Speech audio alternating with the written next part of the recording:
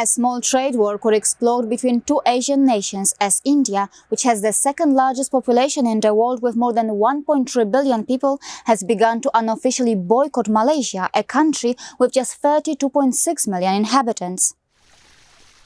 The Prime Minister of Malaysia, who is considered to be quite outspoken, has offended India on numerous occasions.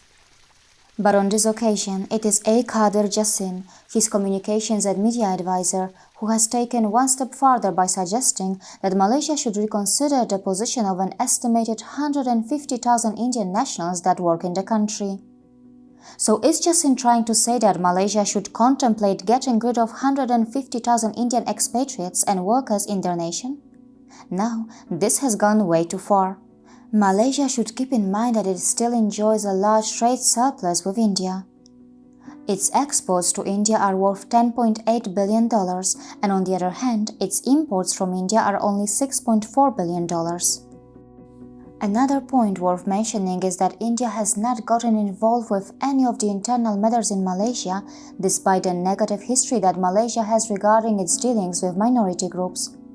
Malaysia has been accused of anti-Semitism, and there have been several reports that Hindu temples in this country have been demolished. Another concern is the conversion of non-Muslims.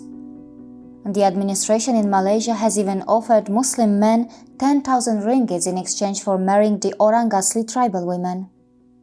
Intriguingly, it could be reasoned that the outspoken behavior exhibited by Mahatir could be controlled if India treats the Malaysian PM the way China treats him. Mahatir has said on record before that China's strength was the reason for why Malaysia, which is made up primarily of Muslims, did not address to much extent the alleged repression of Uyghur Muslims. He stated, "You don't just try and do something which would fail anyway, so it is better to find some other less violent ways not to antagonize China too much, because China is beneficial for us." Palm oil is very important to Malaysia's economy as it makes up a massive 4.5% of the country's total exports and 2.8% of Malaysian GDP. This could be the reason that MCA President Wee Ka Seong is encouraging the Prime Minister of Malaysia to stop instigating fights with other countries, as his actions will impact the welfare of Malaysia. He stated, during his previous stint as Prime Minister, he might have been seen as a speaker for other third world countries, but the world today is different from the one 20 years ago. If Dr. Mahathir continues to say whatever he pleases, it will just offend other powerful countries and would very much affect the country. India has not officially boycotted Malaysian palm oil, but it is being reported that government has privately advised and even warned Indian importers of palm oil to discontinue all purchases from Malaysia, who is the top supplier of this product. In India, a notification was issued by the Ministry of Commerce and Industry last week, announcing that the import of refined palm oil from Malaysia has been changed from free to restricted.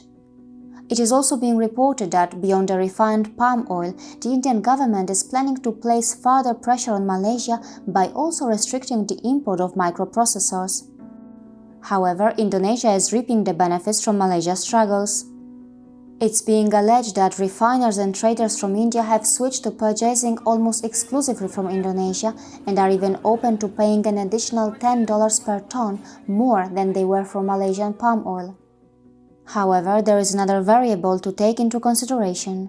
A large portion of Indonesia's palm oil is owned as well as sold by the Malaysian companies IOI and Genting. Another important aspect to know is that Mahathir Mohamad hasn't done a great job when it comes to Malaysia's ties with Saudi Arabia and its allies. The Saudis, as well as their allies, including the United Arab Emirates, Bahrain and Egypt, chose not to go to the Islamic Summit in Malaysia despite being invited. While on the other hand, the Prime Minister of Pakistan, Imran Khan, who last year came up with the idea for the forum along with Mahathir, backed out at the last minute after allegedly being pressured by the Saudis.